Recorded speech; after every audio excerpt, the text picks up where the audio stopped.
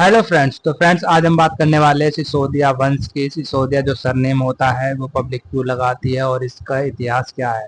देखिए, जो सिसोदिया वंश है वो भारत के इतिहास में सबसे प्रतिष्ठित और गौरवशाली वंश राजवंशों में से एक है। जिसे जो कि आज का राजस्थान है, जिसे पहले मेवाड़ कहते थे, उन पर उन्होंने शासन किया था। और यह वंश सूर्यवंशी राजपूतों में से एक मतलब उनसे ये संबंध रखता है और खुद को भगवान राम के पुत्र कुश का वंशज वंशज मानता है या मानते हैं ये लोग। ठीक है।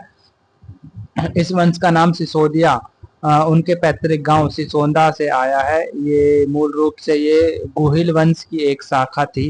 ये शाखा थे 13वीं शताब्दी में, जब गुहिल वंश के शासक रावल रतन सिंह को अलाउद्दीन खिलजी ने पराजित किया। आपने देखा होगा पद्मावती फिल्म, उसमें जो रावल रतन सिंह होता है उसकी बात हो रही है।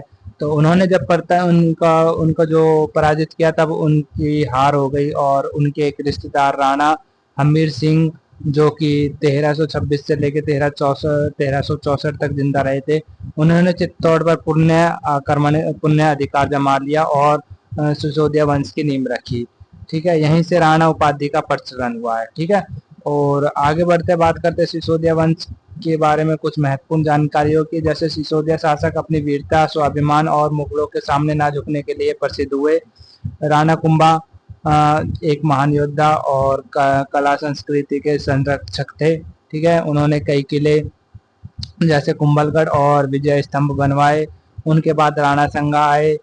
उन्होंने बाबर के खिलाफ उनके खिलाफ युद्ध लड़ा और वो हालांकि वो हार गए, लेकिन जब भी उनका काफी नाम रहा। इसके बाद में आते हैं उनके सबसे प्रसिद्ध जो शासक थे वो महाराणा प्रताप थे, जो कि 1572 से लेकर 1597 तक ईस्वी तक जीवित रहे थे। उन्होंने अकबर की अधीनता स्वीकार नहीं की और जीवन भर मुगलों से लड़ते हुए वो वीर गति को प्राप्त हो गए। और हल्दी घाटी का युद्ध हुआ था, उनकी उनकी एक वीरता का प्रतीक है। ठीक है। इसके बाद भी सिसोदिया शासकों ने मेवाड़ की आन बान शान बनाए रखी और इसी कारण इस वंश को उनके साहस, बलिदान और अपनी मातृभूमि के प्रति अटूट निष्ठा के लिए जाना जाता है। तो ये थी सिसोदिया वंश की कुछ प्रमुख बातें, प्रमुख इतिहास की बातें। तो फिलहाल इस वीडियो में इतना ही। धन्यवाद।